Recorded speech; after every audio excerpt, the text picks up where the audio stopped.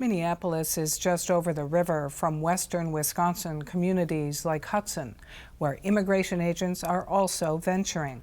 Here and Now reporter Erica Aisi this week took a look at what's happening in St. Croix County. Someone personally messaged me and they said, Kim, ICE is downtown on Main Street taking somebody. Do you know, can you get a hold of anyone? Kimberly Solberg is a community advocate and one of the moderators of the Baldwin Facebook community page. She says Immigration and Customs Enforcement, or ICE, has been in Baldwin since early January. Solberg says she sprang into action.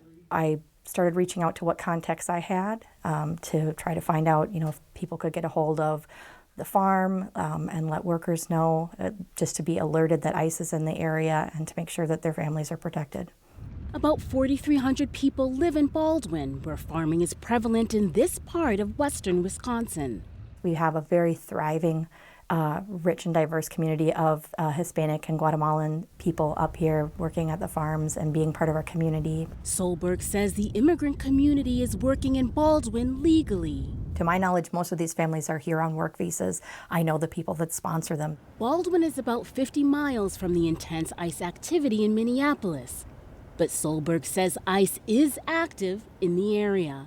Have you seen ICE activity here in Baldwin yourself? I've seen clusters of ICE vehicles, maybe almost a dozen vehicles or more, clustered together getting ready to do sweeps at apartment complexes. Were their faces covered? As far as I've seen, they've all, they haven't had their masks on. And that might just be a different dynamic here in Baldwin, where they feel a little more comfortable here than they do in Minneapolis.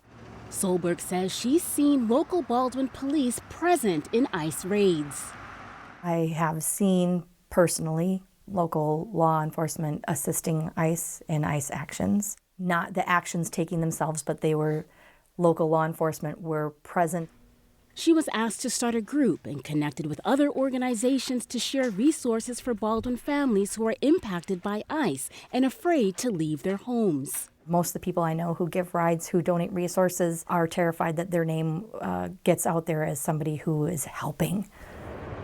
The I-94 bridge behind me connects Hudson, Wisconsin to the Minneapolis, Minnesota area. And according to Solberg, it's invoking fear amongst local residents. She says they've seen ICE agents in Hudson, Baldwin, and Woodville. For sure, those actions are going on in neighboring communities. In Hudson, Kiva Schur says ICE detained an employee during his first day on the job at a grocery store. We have an Amazon drop-off and pickup area, and so ICE went to that particular part of the store and detained an employee there. Schur says some employees feel they're being profiled. She and other staff want to help support them if ICE returns, but she says fear takes precedence. Even though I want to be a good person and help, there's that fear of what are they going to do?